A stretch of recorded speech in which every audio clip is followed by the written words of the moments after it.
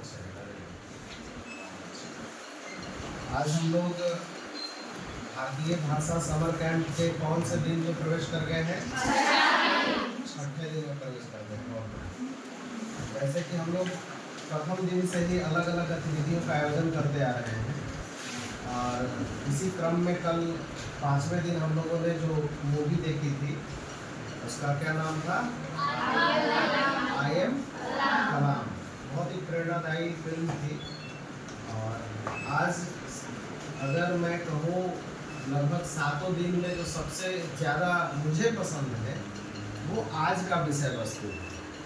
आज का विषय वस्तु इसलिए है क्योंकि यहाँ पे आज हम लोग भारत के इतिहास यानी अपने देश के इतिहास के बारे में, भूगोल के बारे में, यानी कि हमारा देश जो है वो कितना बड़ा है, विश्व में किस स्थान पर है क्षेत्रफल के अनुसार, या फिर जनसंख्या के अनुसार किस स्थान पे है, या हमारे देश की भौगोलिक विशेषताएं क्या क्या हैं, हमारे देश में किस प्रकार के संसाधन पाए जाते हैं, इत्यादि इत्यादि बहुत सारी जो विशेषताएं हैं वो भूगोल के अंतर्गत हम लोग करने वाले हैं। नदियों के बारे में चर्चा करेंगे। हमारे देश की जो सबसे महत्वपूर्ण नदियां हैं वो कौन कौन सी हैं, कैसे नदियों को जीवन धारा कहा जाता है, वह जीवन धारा क्यों है, गंगा को सबसे पवित्र क्यों माना गया है, ब्रह्मपुत्र की क्या विशेषता है, यमुना की क्या विशेषता है, यमुना निकलती कहाँ से है, गंगा कहाँ से निकलती है, गंगोत्री से गंगा सागर तक की चर्चा हम करने वाले हैं। पर्वतों की बात जब आएगी तो हम लोग हिमालय से शुरू करेंगे। आप लोगों को हिमालय के बारे में बताएंगे, आप लोगों को अरावली के बारे में बताएंगे, आप लोगों को विंध्याचल की पहाड़ियों के बारे में बताएंगे। ठीक है। अरावली ऐसे भी बहुत ही ऐतिहासिक पर्वतमाला है जो कि विश्व की सबसे प्राचीन पर्वतमाला के रूप में जानी जाती है और सबसे नवीन या जो सबसे नया पर्वत है वह हिमालय है, उसके बारे में भी जानेंगे। और ऐतिहासिक स्थल हमारे देश में कौन कौन से ऐसे हिस्टोरिकल प्लेस हैं जिनकी अपनी महत्ता है, अपना महत्व है, अपनी विशेषताएं। ऐतिहासिक स्थल में जैसे हमारे देश में बौद्धकालीन कुछ स्थल हैं जहाँ पे भगवान बुद्ध से संबंधित अवशेष पाए गए हैं, जैन से संबंधित अवशेष हैं, स्थल है।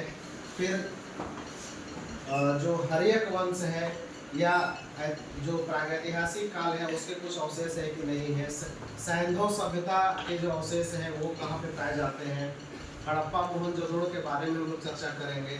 क्रमशः आते आते अलग अलग जैसे मौर्य काल, गुप्त काल इत्यादि इत्यादि करते करते हम लोग मुगल काल तक पहुंचेंगे और फिर अंग्रेजों के शासन पद्धति के बारे में भी क्रमशः जानेंगे। इसमें हम लोग मानचित्र की सहायता लेंगे। अपने देश के बारे में चूंकि जानना है तो निश्चित तौर पे हम लोग मानचित्र की सहायता लेंगे और आप लोग बहुत अच्छे तरीके से देख सकते हैं कि ये हमारा प्रतिदिन के गतिविधियों में शामिल है कि भारत का जो ये मानचित्र है ये प्राकृतिक मानचित्र है और ये हम लोग बगल में विश्व का मानचित्र है। तो प्रतिदिन हम लोग देखते भी हैं और कुछ इधर भी है। ऐतिहासिक स्थल तो यही है, ये सब जो आप लोग देख रहे हैं, देखिए ये पूरा का पूरा पोस्टर ही ऐतिहासिक स्थल का है। और आज का कितना बढ़िया कोइंसिडेंस है, संयोग है कि आज का ये हमारा टॉपिक भी है। ठीक है, तो ये बहुत ही आज बेहतरीन एक कक्षा होने वाली है और आप लोगों को मज़ा आने वाला है।